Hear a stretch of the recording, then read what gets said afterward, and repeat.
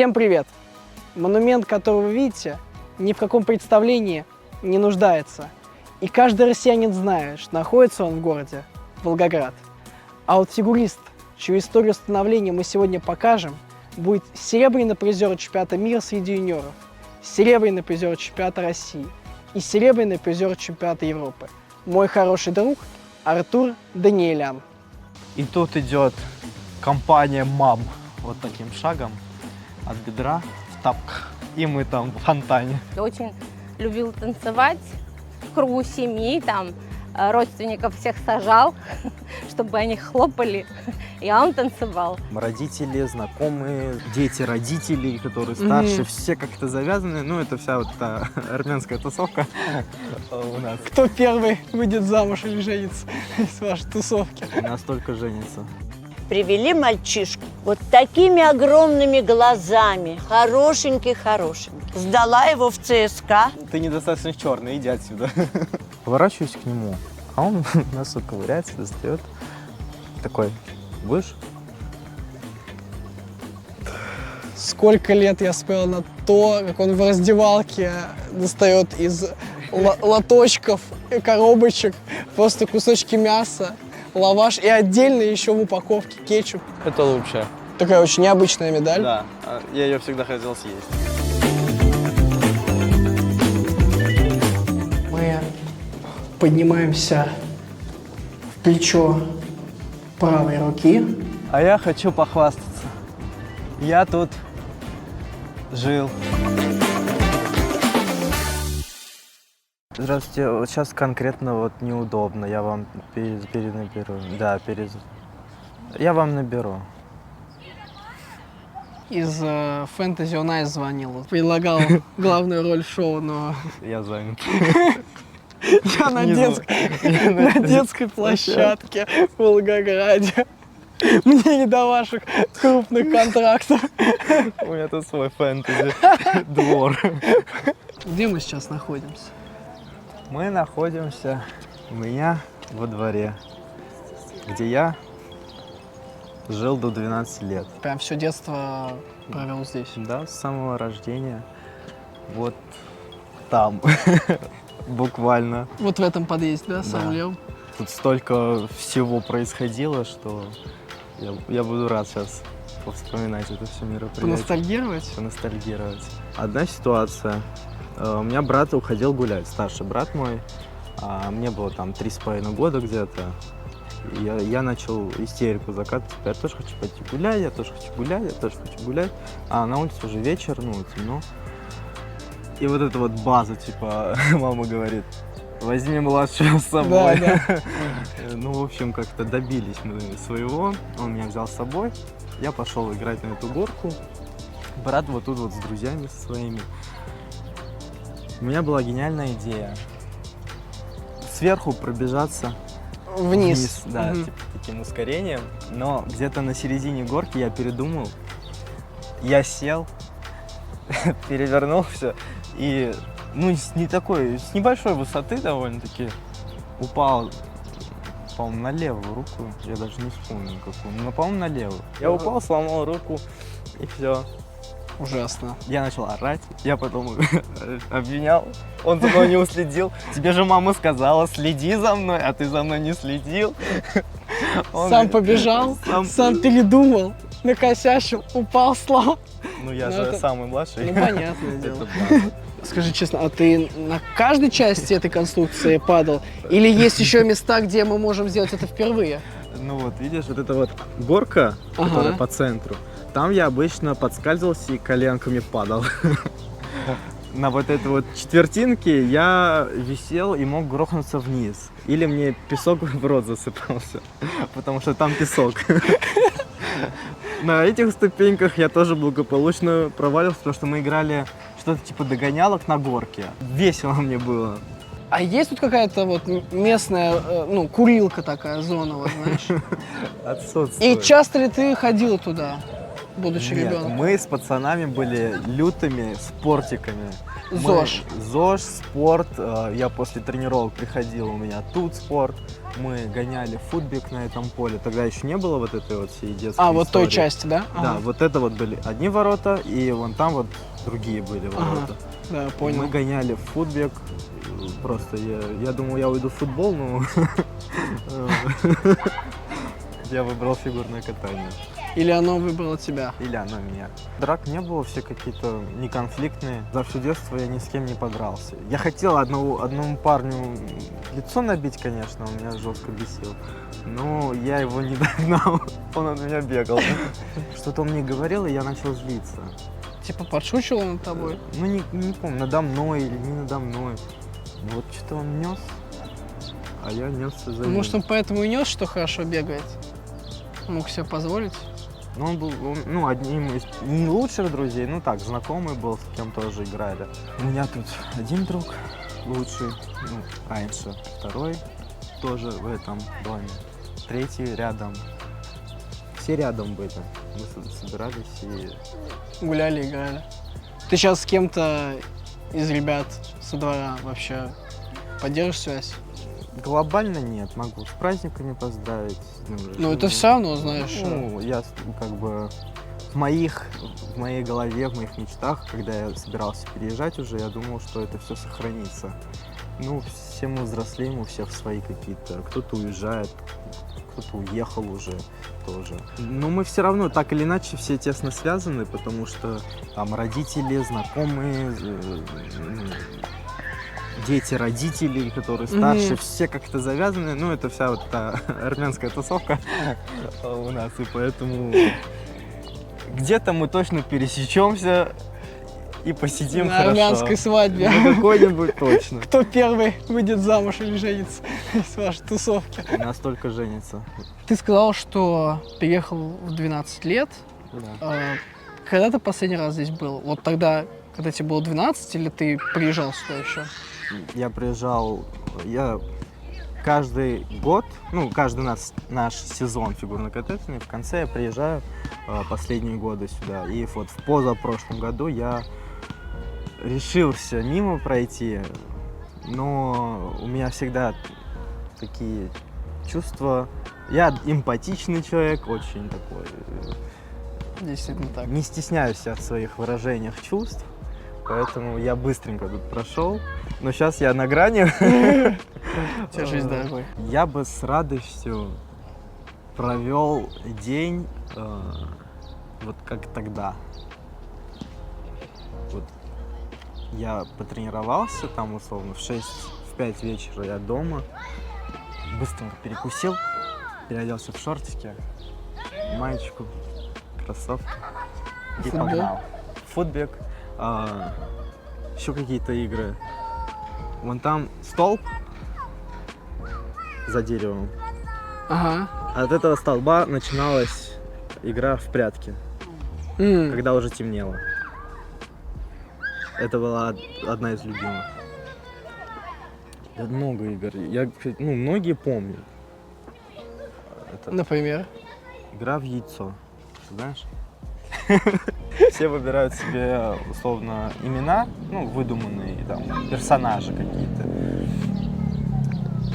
На цуефа раскидываем, кто будет кидать мяч. Все стоят по кругу. Главный с мячом в центре.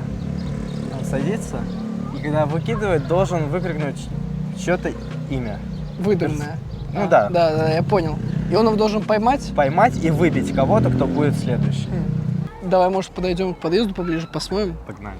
Давай. Может, если я вспомню специальный код, который мы, взломали домофон с ребятами когда-то. А, ничего себе. Да, и если Типа он... вбиваешь код и дверь открывается? Да. Че, взломаешь? Сейчас попробую.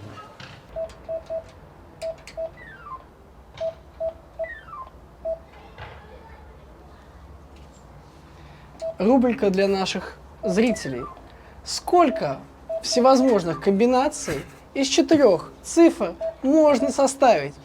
И какое ориентировочное время займет взламывание домофона Если перебирать их все, пишите в комментарии. Интерактив.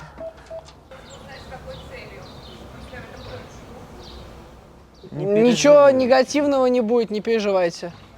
Добрый день. Здравствуйте. Я раньше жил вот в этом доме, вот в этой квартире. Какой? На втором этаже? Да.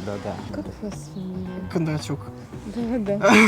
Можно с вами сфоткаться? Можно. Меня просто, мы тоже занимались, но я просто в этом подъезде, я смотрю лицо знакомое. А ты сегодня немножко сдал, почему? Я в травмах был. Да, говорили, что ты там что-то ломал и так далее. Что только не было у меня. Ну все равно. Надеемся тебя увидеть, мы смотрим все. А кто первое место занял? Вот такой, такой активный фигурист. Ну как это? Ну он, конечно, супер станцевал, он на пару с кем-то. Как балет, что ли, что-то балет. Это Да, Ой, весь актив, ты был? да. Ты в костюме? Дирижер, да. Классно.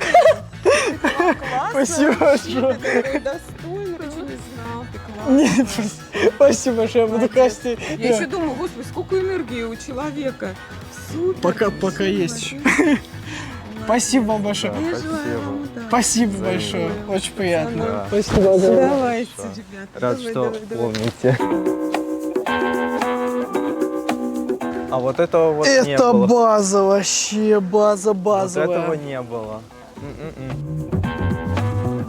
Ты недостаточно черный, иди отсюда. Раньше здесь был просто маленький продуктовый, да? Да, очень классный. Мы тут всегда затаривались чем-то. Знаешь, такой напиток раньше был колокольчик, Ну, лимонад. лимонад. Да. Очень вкусно. Мы покупали 1,5 литрушка. Какие-нибудь сухарики, Три корочки. чипсы, 3 корочки. Ой, да, с Это холодцом и и вот. хреном. Нет, я любил семгу с сыром. Семга с сыром тоже достойно. И с беконом еще вкусно. Мы со двора никогда не уходили. Мы один раз лишь ушли. Ну вот мы прошли вот тут, и Мгм. вот соседний. И там вот налево, если взглянуть, там парк. Ну буквально тут 3 минуты ходьбы. Там фонтан в этом парке. Было лето, жарко, мы думали, сполоснемся. А это была настолько рискованная идея, потому что мы гуляли без телефонов. Это, наверное, была лучшая моя эра без телефона. No social. Вообще, я выходил, с открытыми руками, с чистыми карманами. У меня была соточка где-то в кармане, все. Вообще по кайфу. И мы пошли, что-то плескаемся. А телефонов нет, времени мы не знаем. На улице как бы еще вроде светло. Светло. И тут идет компания мам вот таким шагом от бедра в тапках вальяжно. И мы там в фонтане такие ха-ха-ха. Ну, мы чуть-чуть... Разочаровали, расстроили, да, их в тот момент? Ну, они, конечно, запереживали. Ну, а водичка как? Комфортная была? Комфортно. Ну, слава богу. Значит, оно явно того стоило. Когда-то я нашел 1000 рублей во дворе, а тогда почему-то была такая огромная компания людей, то есть разных возрастов. И старшие, и мы, и еще какие-то. И я решил сообщить об этом всему двору, что я нашел 1000 рублей. У меня ее забрали. Не помню кто. И ушли. Ну, убежали. А у меня брат был как раз-таки где-то рядом. Я говорю, у меня забрали 1000 рублей. Весь двор бегал.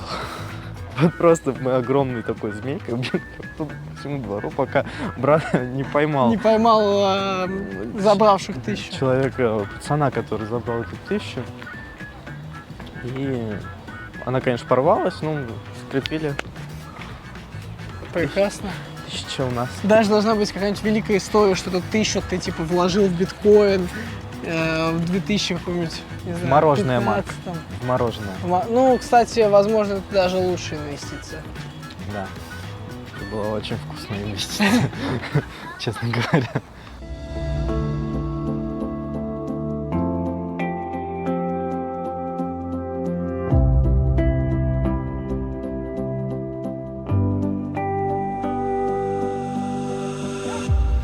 Ой, господи.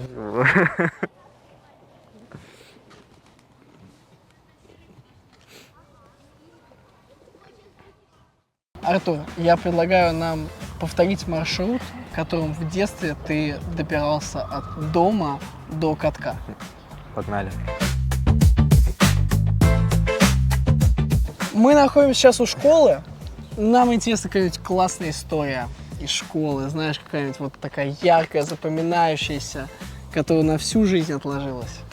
Я учился в первом З-классе. То есть у меня был до 4 класса буква З, и она не менялась. А с 5 по 6 буква Е была. М.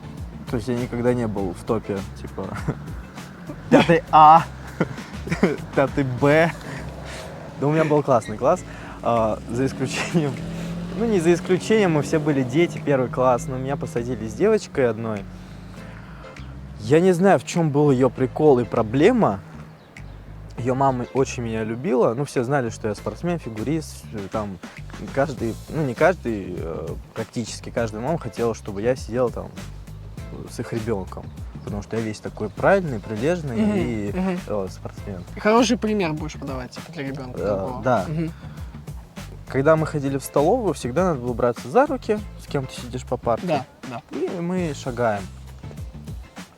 Она мне эту руку всегда ломала. Дай руку. Она мне вот так вот выворачивала в разные стороны. Я такой... Чем? Я не знаю зачем. Я на нее жаловался. Я маме сказал, что я с ней больше сидеть не буду. Меня отсадили. Потом ее мать все-таки добилась того, что я обратно сел. Ну, вроде бы потом устаканилась. И был еще один парень. Это потом я с ним сидел. Ситуация в целом не более красочная. Идет урок. Я что-то сижу, поворачиваюсь к нему. А он носу ковыряется, достает. Такой, будешь? Я чуть на месте, О, не знаю.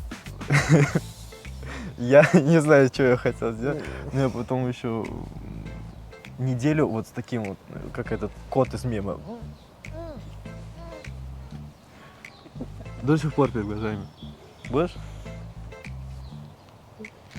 У меня слов нет. Вот такие Не, дела, лучше с девчонкой ходить. которые ломают. Да, руку. да. У меня был классный класс, что с 1 по 4, что с 5 по 6. И эти годы я провел в школе прекрасно. Ну, лицей номер 9, ребята. Ну, у тебя в целом был, как я понимаю, довольно дружный коллектив там. Да, дружные, все учителя всегда ходили навстречу. Но больше всего, конечно, учитель по физкультуре, учительница, она меня прям это... Ну, неудивительно. Но я даже приходил на физкультуру, я там работал. То есть я не такой, я спортсмен вообще-то. А я реально с кайфом там проводил учебное время. А после школы я собирал свои манатки и бежал на каток. Этим мы сейчас и займемся. Я вспомнил про рассказ мамы и брата. Когда брат учился в школе, собственно, вот в этой, он в какой-то день, я не помню из-за чего и при каких ситуациях, обстоятельствах, но он выпрыгнул со 2-го или с 3-го этажа школы и сломал себе руку или ногу. Ну, в общем, отделался не так сильно. Как могло быть, да. Я это вспомнил, мне почему-то смешно стало, то что, ну, у меня там, что, козявки до руки, а у него прыжок без троса. Он не стал каскадером впоследствии? Нет, он стал серьезным дядькой. Можешь идти справа? Я не могу справа. Да, окей. У нас даже за годы общения выработалось то, что мы почти всегда ходим вот именно в таком положении. Что Артур ходит слева, я справа. Это уже такая просто привычка.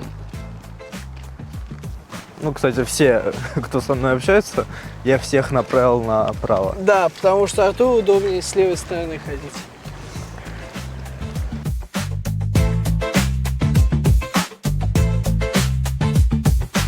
Артурчик, ты довольно суеверный человек. Я даже не обратил бы на это внимания.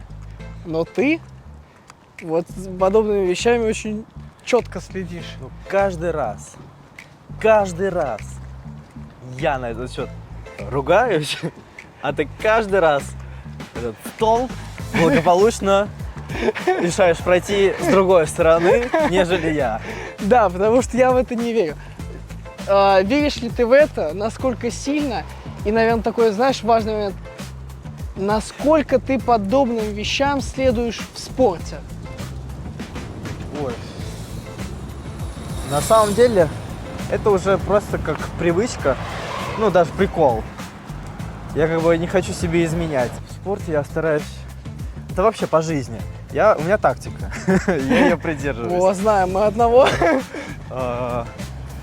То, что выгодно и удобно мне, и что, короче, все, что хорошее, в это я верю. А все, что плохое, этого не существует. Довольно уверенная позиция. В какой-то момент я верил в то, что и плохое есть. Ну, это может по стечению обстоятельств, у меня реально плохо выходило. Я такой, блин, правда. Ну вот как-то это. Ну, на недавнем чемпионате России я понял, что и хорошего нет, поэтому я от всего избавился. Потому что я прошел все хорошие ритуалы, ну не специальные, а которые такие по стечению обстоятельств. У меня сломалась игрушка, которую нам дали на жеребьевке. Ракета? Да, ракета сломалась. Причем и сама вот эта вот ракета, ножка одна ее, и внутри, которая была Игрушка. тоже Умчик. ребрышко у него отлетело. Потом у меня выпал 17-й стартовый номер, а 17 мое счастливое, мой день рождения. Ну, то есть по всем фронтам. И я думал, вот сейчас я как выйду, как откатаю. Я вышел и как откатал. Такого я никогда в жизни не делал. Это был максимум отрицательный вариант моих возможностей. Но это тоже максимум. Да. Поздравляю. Спасибо. Ну, собственно, мы дошли до моего родного катка, где стартовала моя карьера. Погнали, покатаемся. Да, конечно, с удовольствием. Видишь, я вообще готов уже. Я рад. Надо чуть охладиться, а то солнышко. Припекает уже. Да. Давай. Погнали. С тебя конфетка. Вот так надо готовиться к тренировкам. Мокасины, дырявые джинсы, шелковые штаны и пиджак. Пальто. Ой, пальто. Отставить. Ты. Вот так проходят настоящие тренировки. А не то, что вы видите на соревнованиях. У нас все по-настоящему, все вживую. Привет. Марк. Ярослав. Очень Артур. приятно. Вот твои наклейки. О, О, спасибо тебе большое. спасибо. Очень приятно. Ты сейчас кататься пойдешь? Ну, замечательно. Здравствуйте. Здравствуйте. Марк. Да помнишь? Да, В Новогорске вместе были, когда я с Артуром была. Это да, тоже я победа. помню. Здравствуйте. Здрасте. Марк, Вас знаем. А меня зовут Людмила Леонидовна. очень приятно. Очень Спасибо вам приятно большое за видеть гостеприимство. таких спортсменов у ворот у нашей скромной школы. Очень рада, ребят. Вам Какие вы спасибо молодцы. большое за гостеприимство. Покатаемся у вас чуть-чуть?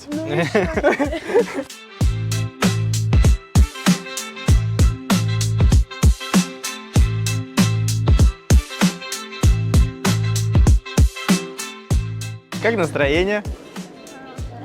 Что-то тухло. Как настроение? Ты что, на концерте каком-то?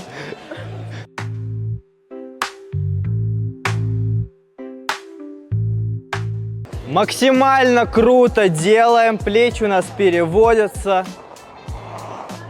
Поехали. Еще круче. Сели, сели. Оп, не сбиваем, пожалуйста. Делаем 2 круга. В целом все неплохо, но у многих есть не то чтобы ошибка. Вы как будто стараетесь сделать просто побыстрее. Задача абсолютно не в этом. Задача, чтобы каждое ваше движение было максимально крутым и волнообразным. Давайте сделаем нечто подобное, но вперед. Тоже ваша задача не делать быстро, не делать резко, а делать максимально вот волнообразно и круто, чтобы была такая змейка.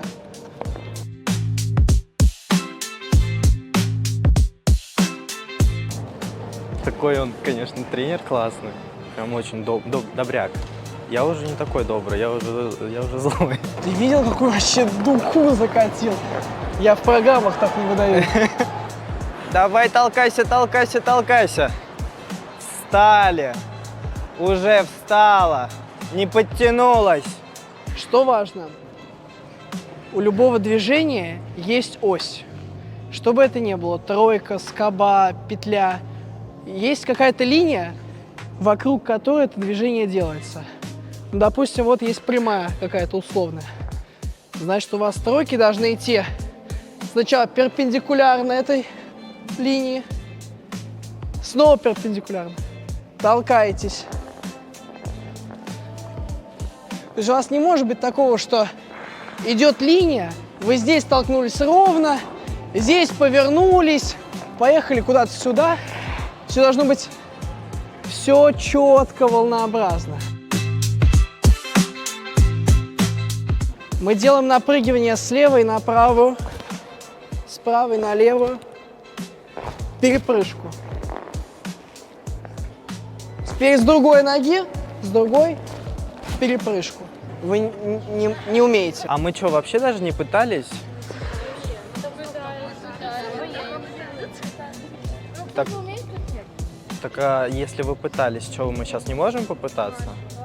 Мы что, не сможем один оборот в другую сторону сделать? Ну тогда в чем проблема? Поехали. Старший. Что ты сюсюкаешься? Я добрый тренер. Потому что я не тренер. Уже! Раз, прыжок! Раз, прыжок! Повернись. Сядь вправо. В правую сядь. В правую. Согни локотки. Вот ты сел, и вот сюда ты проходишь. А тут у тебя таз докручивается. Ты должен как винтик накрутиться. У тебя левая нога делает мах, а правой ты докручиваешь таз. Давай, поехал с мелким. О, неплохо, неплохо. Хорошо. Еще обкати, не торопись. Чуть-чуть пожирнее. Обкати и дотолкнись. Ты прям не доталкиваешься, ты можешь выше прыгнуть. Да. Если тебе комфортнее с двумя руками, то прыгай с двумя руками. Главное, контролируй это, что ты должна не мимо оси лететь, а пройти так, чтобы ты вытянулась в воздухе. То есть это ты должна вдоль себя провести и вот тут вот закрутить. А если ты через сторону сделаешь, то тебя вывалят, и ты... Все. Чуть-чуть подсели, докатились, прыгнули. Если это аксель, вы также здесь спокойно сели, толкнулись и плавно себя провели. И это можно переложить на любой прыжок. Повторюсь, будь то луц, тулуп, флип. Попробуйте чуть-чуть спокойнее, чуть-чуть плавнее, без резких движений. И вот некоторые, кто сильно садится, чуть-чуть поменьше, потому что это не поможет. Луц, Ридбергер, молодец. Вот просто ты перепрыгнул, перетяжка. Да.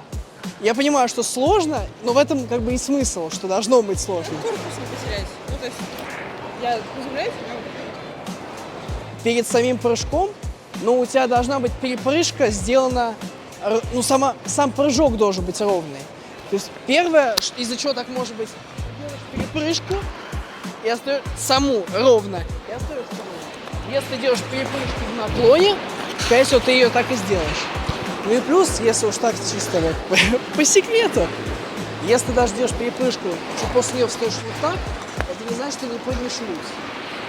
Просто тебе нужно будет потом перед прыжком понять конкурс. То есть так можно. Это не очень правильно, но так можно. Главное перед самим луцом поднять спину, иначе ты прыжок не делаешь.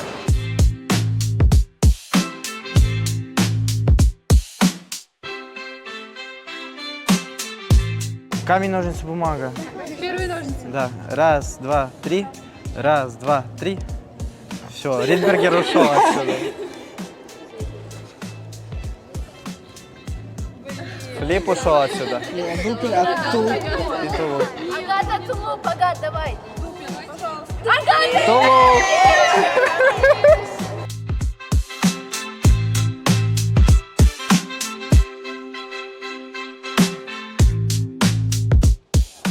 Хорош!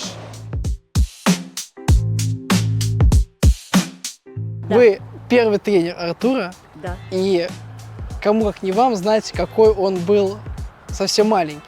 И как мальчик, и как уже молодой спортсмен. Вот все время помню первый год обучения. Артур, привели мальчишку вот такими огромными глазами, такой внимательный, такой вот прям маленькие дети, хорошенький.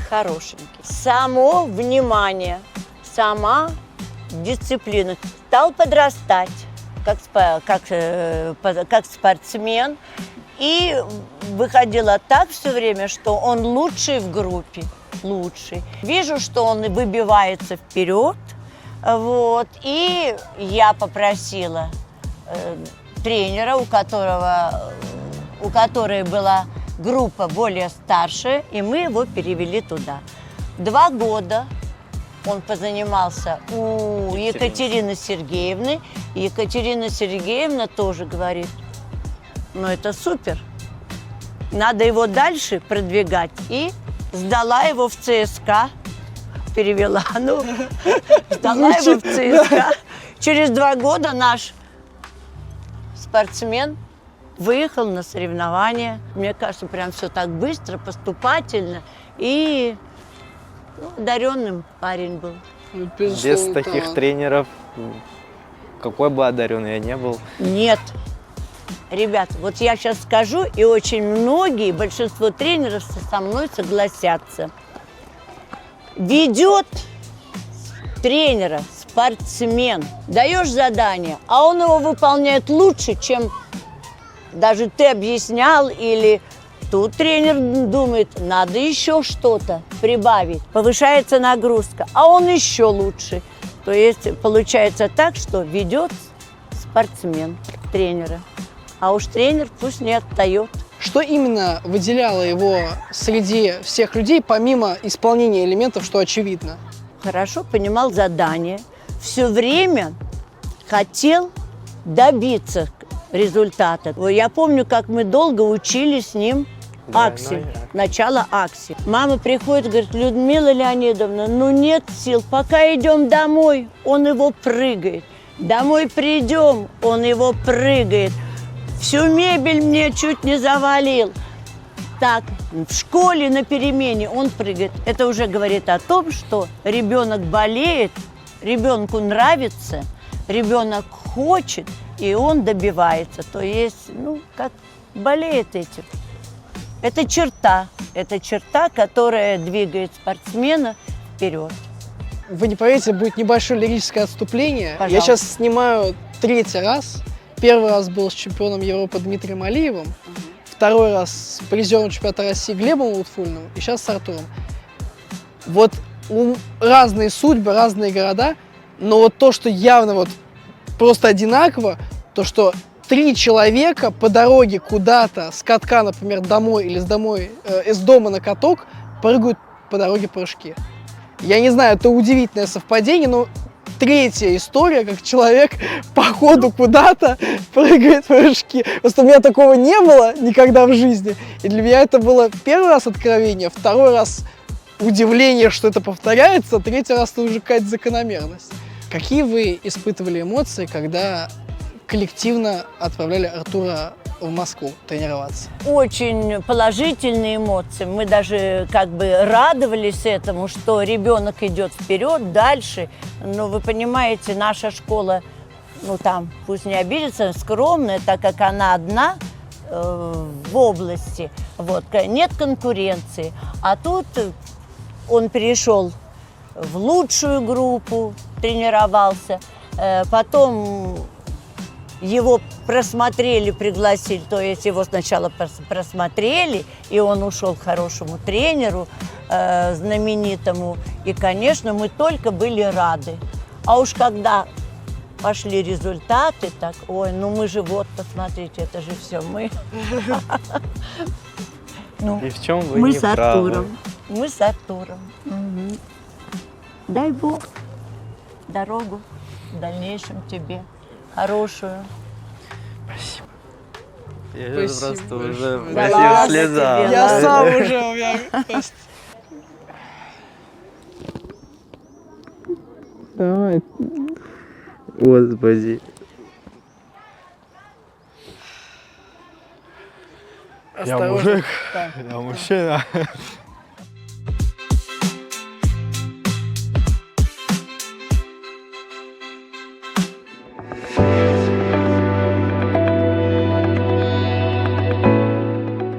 Привет. Ну, прыгать будешь? Прыгать будешь?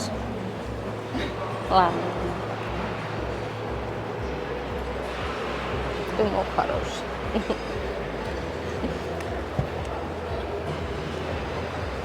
Привет. Нет? Замерз прям. Тут очень холодно, не?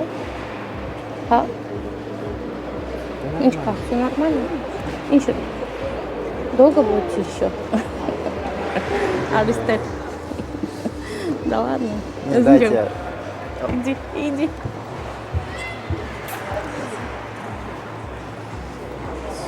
Все. Каким Артур вообще был в детстве, потому что лучше вас никто это рассказать не может. Ну, Артур в детстве был очень веселым, Подвижным. общительным, да. Он когда был маленький, ему было там 2 года, 3, может быть, очень любил танцевать в кругу семьи, там родственников всех сажал, чтобы они хлопали, и он танцевал. И, ну да, он такой веселый парень у нас был. Я хотел спросить, были ли видны какие-то спортивные задатки, но, как я понимаю, ответ уже получен. Да, Нет, задатков не было, вот как ни Не, у странно. нас семья не Да, мы не спортивная. спортивная семья, но Артур первый у нас спортивный. он начал заниматься с 3,5 лет, да, ну там потом произошла такая история, он сломал руку во дворе, не на катке, и мы какое-то время перестали заниматься, но все равно он просил вернуться, и вернулись, так и остались там. Ему очень нравилось, прыгать, вот вращаться. У него был диск, вот эти железные, вы помните? Да, да. Он дома крутился на них. Бабушка сидела и говорит: Артур, может, хватит, у меня голова кружится. Но, к сожалению, бабушки уже нет. Но они тоже все очень болели за него, следили, поддерживали. Ну, мы радовались, что у ребенка есть какая-то мотивация, занятие, да, хобби. занятие, конечно. И то, что он такой подвижный был и веселый, да, как бы сыграло на руку. Ему очень нравилось горное катание. Мы думали, это временно, может быть. А он потом скажет: все, хватит. Но нет. И прекрасно, что не сказал. Был какой-то момент, да, в подростковом возрасте он хотел. Мы понимали, что нельзя этого сейчас допускать. Он столько сделал, это уже было в Москве. Я знаю. Да, ты знаешь. Я как-то тоже да. принимал хоть какое-то маленькое, но тоже нет, участие в вы отговаривании. Очень хорошо дружили. Я очень рада, что ты был с ним рядом, вы очень хорошие друзья. Тяжело было, конечно, наверное, ему. Но когда есть хорошие друзья, рядом правильные наставники, это дорогого стоит. Как вы относились к тому, что выбор пал именно на фигурное катание? Потому что многие, отцы, мужчины, наверное, хотят, чтобы был какой-то, возможно, другой вид спорта. Может быть, связанный с борьбой или, там, не знаю, хоккей, футбол. Ну, такие более классические, в смысле, мужские виды спорта. Не, вообще-то я хотел, чтобы Артур легкой атлетикой занимался. А когда они начали ходить в каток, и меня не было в Волгограде. Вот Армения звонит, меня спрашивает, вот каток открылся, может, мы пойдем, пускай занимается. Я говорю, смотрите, если удобно, ходить. Вот так и начался. А так вообще мысли не было, что Артур боксером, потому что он маленький такой, у него физиономия не боксерская. Прекрасно понимаю его в этом вопросе.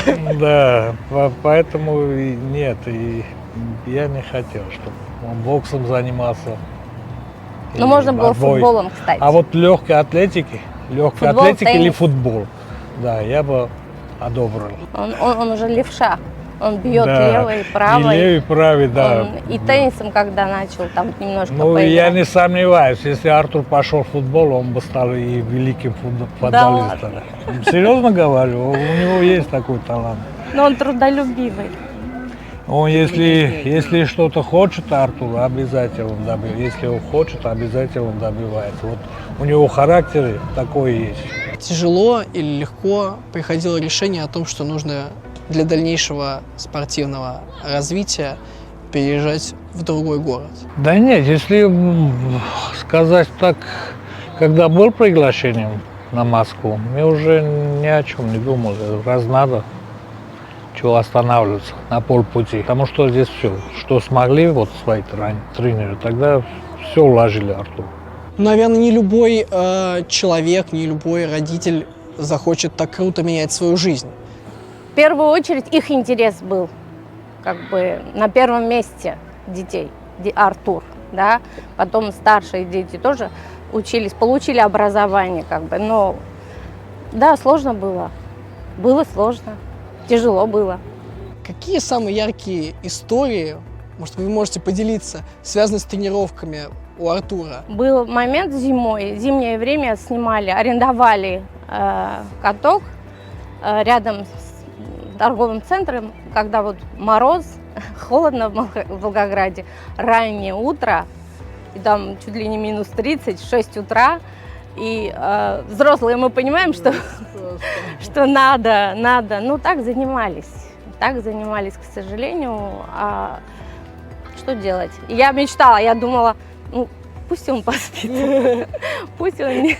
Ну, а мы проспим, мы не поедем. Как бы это же не какие-то, не знаю, Олимпийским играм мы не готовимся, мы просто любительски занимаемся. Ну, проспит, ничего страшного. А он, полусидя, закрытыми глазами, спрашивает: мам, а мы не опаздываем? Ну, надо было просыпаться пораньше, чтобы к 6 уже быть на месте. Где-то часов в 5 вставали. Мне становилось очень стыдно за такие мысли, но что ребенок хотел, ну, нельзя опаздывать, надо ходить и не пропускать тренировки ни в коем случае. Я помню, вот один раз, вот 4 утра мне будет, вот надо ехать в каток, заниматься. Честно говоря, я уставший был, ну и говорю, хватит заниматься. Артур расплакал. Там бабушка, мама моя с нами жил, и она поднялась в это время, приходит ко мне: ну чего ты ребенку обижаешь, вставай, отвези. Папа сначала думал, что это просто баловство. Ну, я думал, так, занимались и занимались. Занимаются так, все. Ну пусть занимается, а когда серьезные уже какие-то соревнования, ездить, знаешь, выселки, ну, Краснодар, там, надо было возить. Ну да, я Артура по всей России возил на машине. Артур взрослый, самостоятельный человек, совершеннолетний, хочет переехать из Москвы в Санкт-Петербург. Ну, когда настал вот этот момент, что он осознал, что надо, ну, что-то поменять, он просто нам с отцом сказал об этом. Ну, там сестра и брат собрались, обсудили, он сказал: вот у меня такая идея, я бы хотел, вы со мной? Ну, мы подумали. Ну, конечно, сложно было ему отпускать одного. Все равно. Хоть он взрослый, уже самостоятельный, но все равно для нас он ребенок всегда. Ну, что делать? Приходится уступать. У меня нет сомнения, что он справится. Ну, в любом случае, когда даже был маленький, в этом я не сомневаюсь. Просто мы всегда как были рядом. Я думаю, мама, бабушка твои поддержат меня, что хотят, ну, как-то помочь, да. Спортсмен – это очень большая нагрузка, это каждодневные тренировки. Хотя бы со стороны, когда помогаешь, ты тоже как родитель, ну, чувствуешь себя что полезный, ну, что-то делаешь для своего ребенка.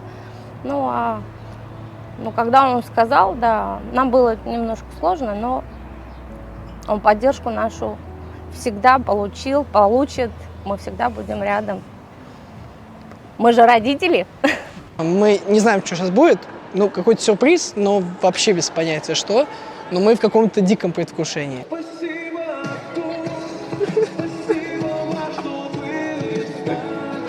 Ты знал? Слышишь? Что, спасибо, Артур? Да, и Марк. Да, Марк не слышал.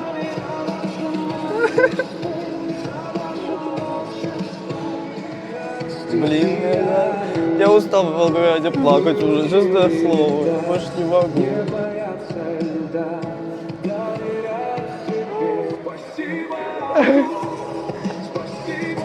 Поехали. Спасибо вам огромное. Давайте обниматься.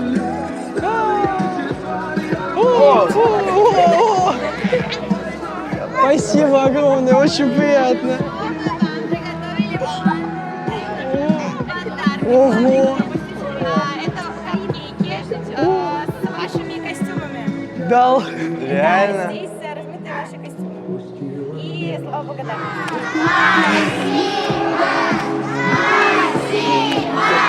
Вам спасибо. Вам спасибо большое, это было очень мило и трогательно. Спасибо большое. Да, спасибо огромное. А у нас есть чем поужинать сегодня.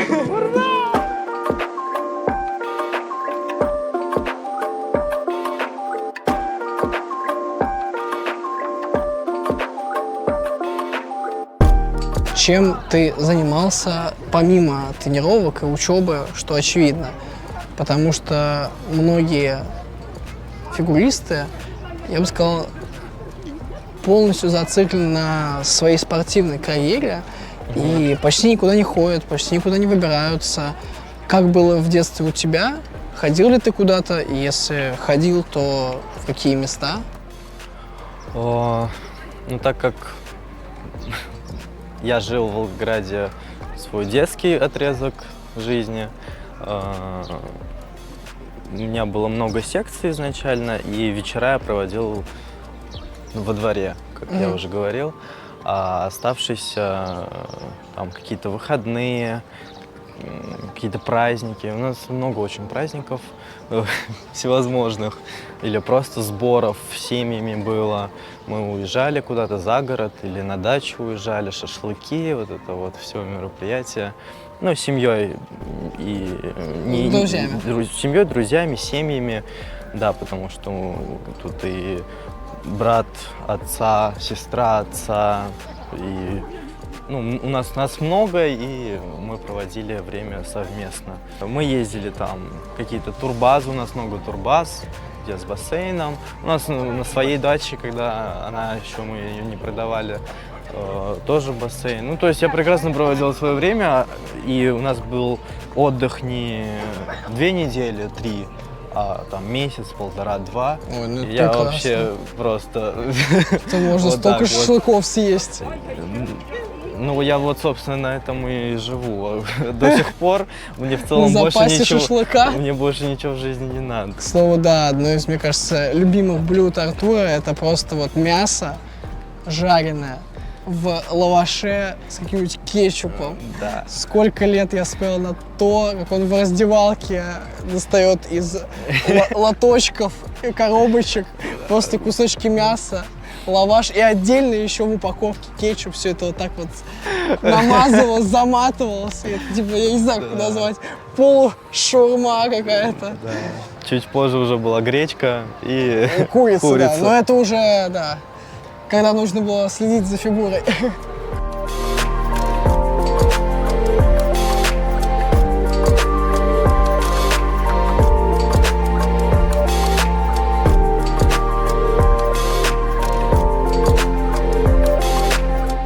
это я, если меня ополаскивать, помоют.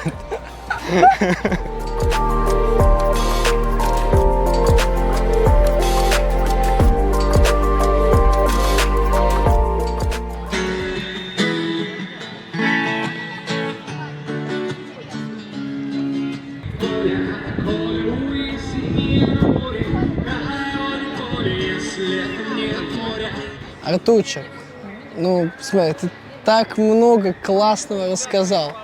И про свою семью, и про то, как проводил детство, как классно проводил выходные, свободное время. И вот в какой-то момент оказывается, что нужно переезжать в совершенно другой город, который ты не знаешь, возможно, в котором ты, там, может быть, раз-два был, может, вообще никогда не был, а именно в Москву. У родителей был ко мне вопрос, Москва или Питер, потому что, ну, я был уже вот в этом возрасте фанатом, в 12-11 лет фанатом фигурного катания, я следил, я знал все, я всех, поэтому я просто почему-то, я захотел в Москву, к Елене Германовне, и, собственно, ну, приняли решение. Мы были с тобой вместе на сборах в Волгоградске у Виктора Николаевича Кудрявцева. Да, то место, где мы вообще первый раз поговорили и да. познакомились. То есть мы заочно знали друг друга на соревнованиях, но никогда не общались. На старшей России мы с тобой первый раз пересеклись, я тебя не очень это Да я оценил. тебя тоже как-то не взлюбил вначале. Да, ну спросил, где раздевалки, у меня ты. Вот, ну мы там с Марком подружились. Я отлучился, на одну тренировку пропустил, поехал, просмотр прошел. И все, как бы я звоню, меня взяли, ждут. Я уехал на сбор, родители тут все, целая моя семья, брат, сестра, мама, папа, быстро все сделали, и мы переехали в Москву. Я попрощался со своими друзьями, со своими тренерами, но прям сильной грусти у меня не было. У меня было, я, видимо, в предвкушении, в ожидании чего-то нового. Конечно же, да. Я думал, что я, все равно буду приезжать там каждый год, стабильно, может, несколько раз в год все равно. Ну, у жизни были свои планы спортивные, поэтому я вот только последние пару лет стабильно приезжаю сюда. Вот если я беру всю свою жизнь, наверное, прям самый-самый счастливый отрезок моей жизни прошел тут. Ну, понятно, что он и детский, и такой... Я уже переехал в более подростковом времени, но тем не менее. Очень многие маленькие спортсмены, детки приезжают из разных городов в надежде добиться высоких результатов, успехов, но лишь единицы до этого доходят, потому что это действительно сложный труд, важна и удача, и все факторы, чтобы они сошлись вместе. Но в твоем случае это случилось. И, наверное, для любого спортсмена визуальный показатель успешного труда и выполненной работы – это медали. Давай их посмотрим. Давай. Я начну вот с этой. Это моя первая крупная, значимая медаль. Чемпионат мира среди юниоров в 2018 году. В Софии. В Софии, Болгарии. Помню, как вчера, честно, как я смотрел. Я тоже помню, как вчера, как катался с 39 произволочку. Благополучно я там с 8-го или с 9-го места после короткой. Хорошо так. Да. Поднялся. Год прошел. Я ничего не сделал. Я был 4-й на чемпионате мира среди юниоров в следующем году. А потом 3-й сезон по юниорам у меня начался с первой и долгожданной медали юниорского этапа Гран-при. Это Челябинск. Это был мой самый громкий юниорский старт. Такая вот огромная медаль. Она очень тяжелая, очень красивая. Представляете, человек с первого сезона стал призером чемпионата мира, но только с 3-го сезона, соответственно, с 5-й примерно попытки Это я. получил медаль юниорского этапа. Потом я решил ничего в целом не менять. Поехал в И Хорватию. повторить успех. И повторить тот же успех. И занял 2-е место на 2-м этапе Гран-при. Такая очень необычная медаль. Да, я ее всегда хотел съесть. Типа Ну, она крекера. Такая, типа, тоненькая плитка шоколадка. О, там вас ожидает легендарная медаль. Легендарная медаль. Я по-прежнему решил ничего не менять. Поехал на челленджер имени Дениса Тена. Красивая. Да, мы там вместе с Артуром выступали. Это наш, спустя много лет, по-моему, первый Да. совместный старт был. Мы только, будучи вот, ну, Первый год, когда я первый, привел. да, и, наверное, такой полуюниорский сезон, выступали вместе, потом там у меня были травмы, мы не катались, и вот спустя несколько лет мы вместе выступали, Артур стал 2-м, я 3-м, Да. так что мы вдвоем уехали оттуда счастливые. И с медалями. Да.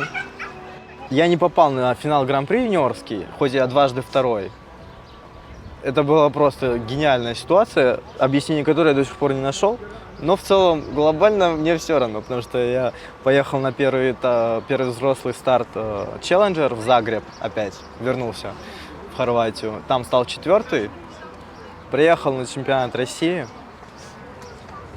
И это был гениальнейший Подъем после Подъем короткой программы. после короткой. 13 место. Уже в целом все равно. Просто выйдем, откатаем произволочку.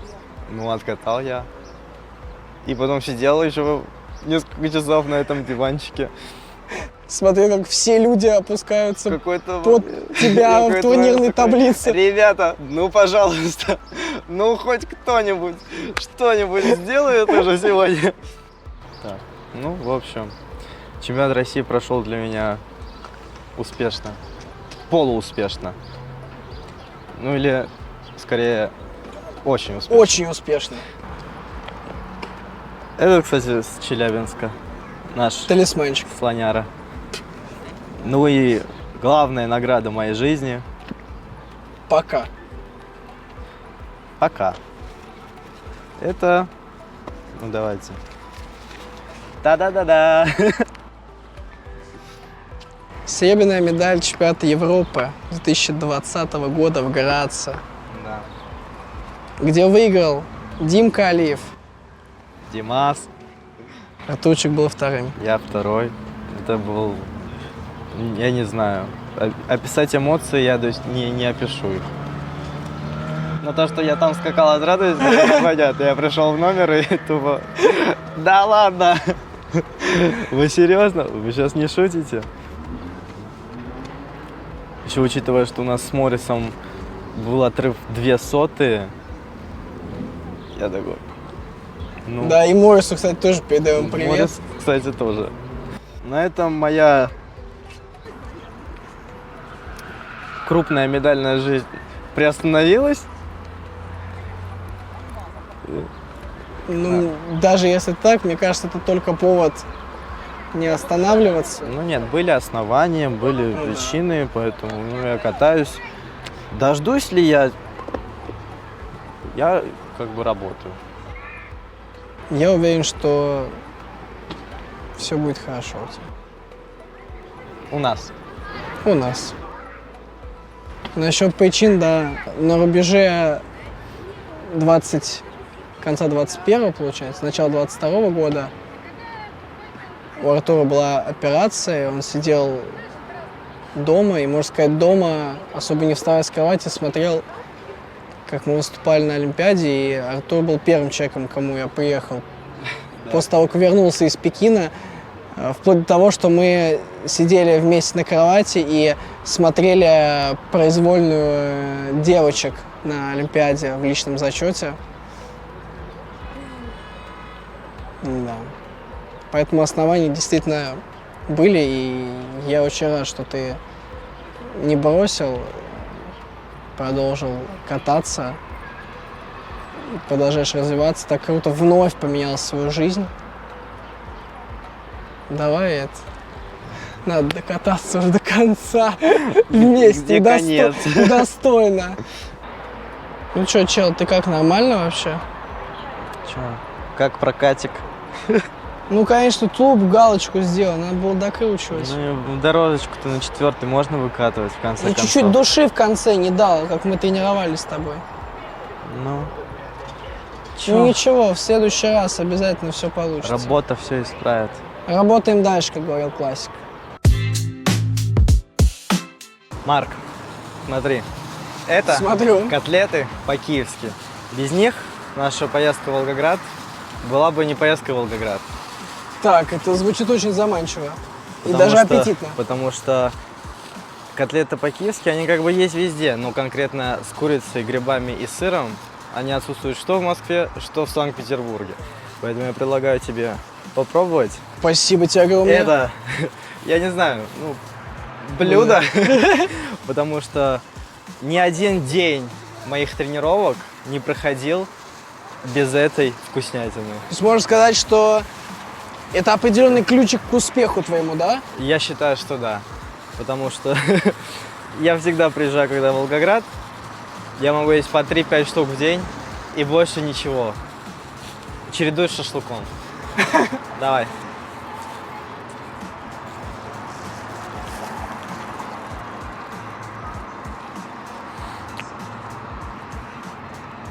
Это лучше.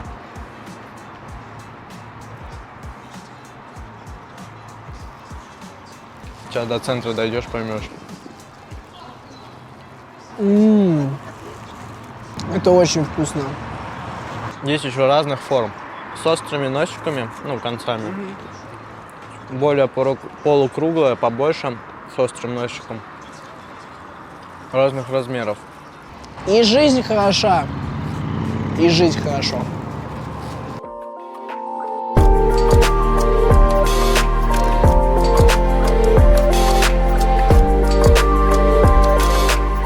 Вот уже прошли эти многие важные для тебя соревнования, победы, успехи.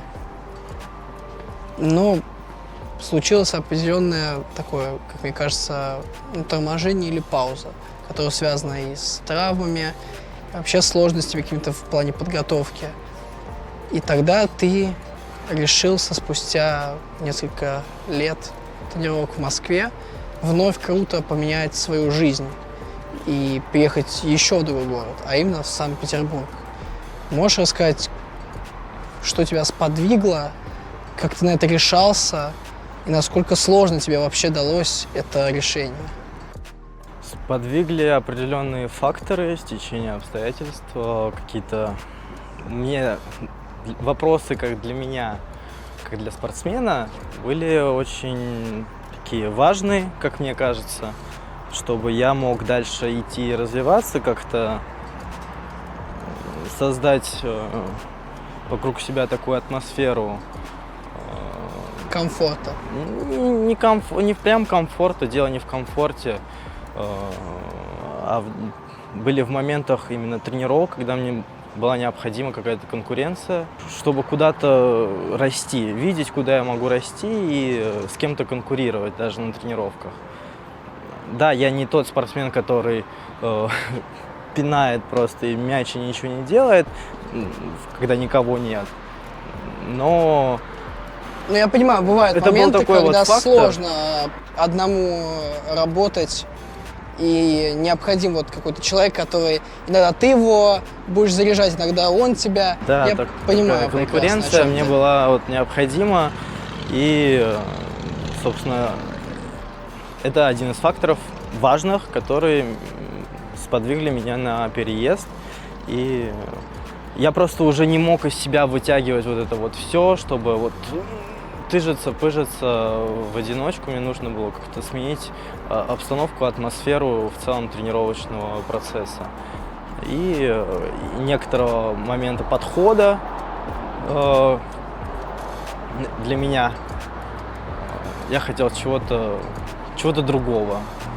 Ну, я взял и, наверное, еще быстрее, чем из Волгограда в Москву, решился как бы все вопросы уточнил, решил, попрощался, ну, насколько это возможно было и по-спортивному, и по-человечески, и все.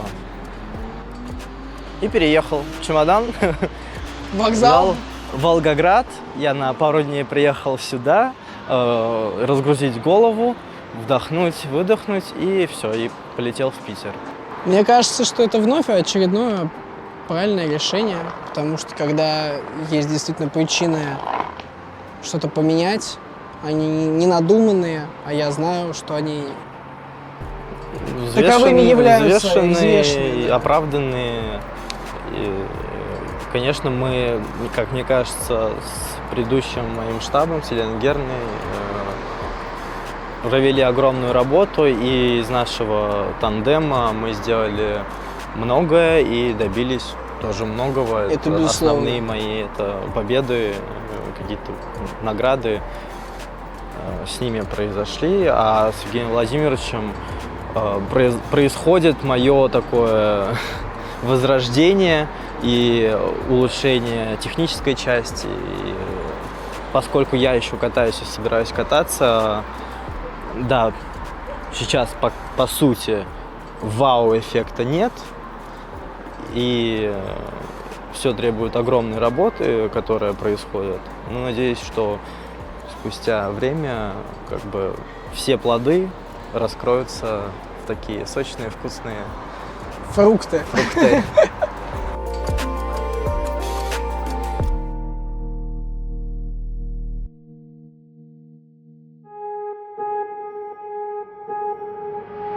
У нас есть удивительная возможность не просто посмотреть на монумент со стороны, но и оказаться внутри. И тем более побывать на самой вершине и посмотреть на Волгоград с высоты птичьего полета. Давай сходим. Мы у подножия великого памятника истории и архитектуры.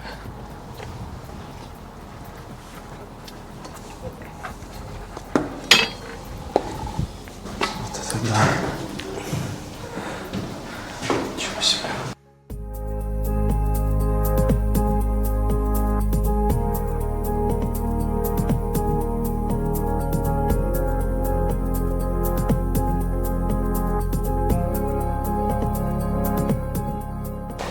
Все, давай лапу. Давай. Спасибо. Прямо сейчас мы поднимаемся в плечо правой руки. Это та рука, которая держит меч.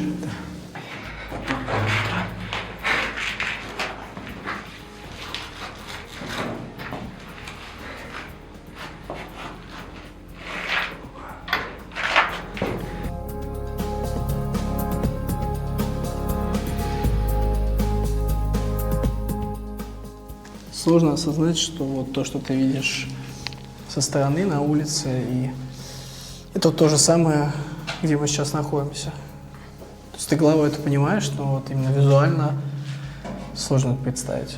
Сколько все продумано. Да. Эти мелочей.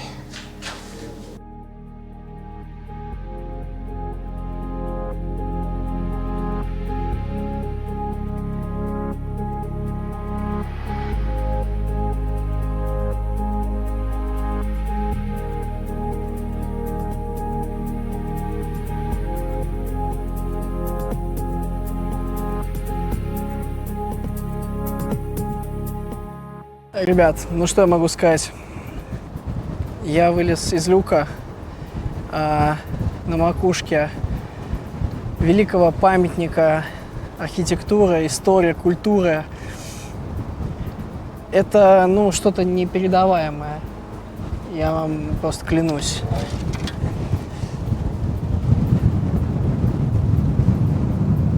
Сзади меня меч.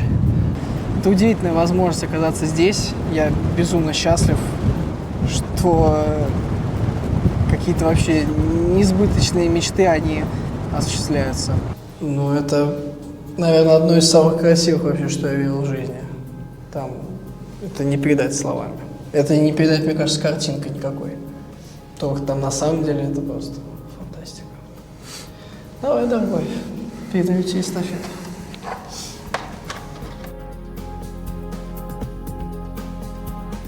Всем привет! Это наш влог с просто невероятного места. Вам уже тут Марк все показал в целом и все рассказал. А я хочу похвастаться. Я тут жил.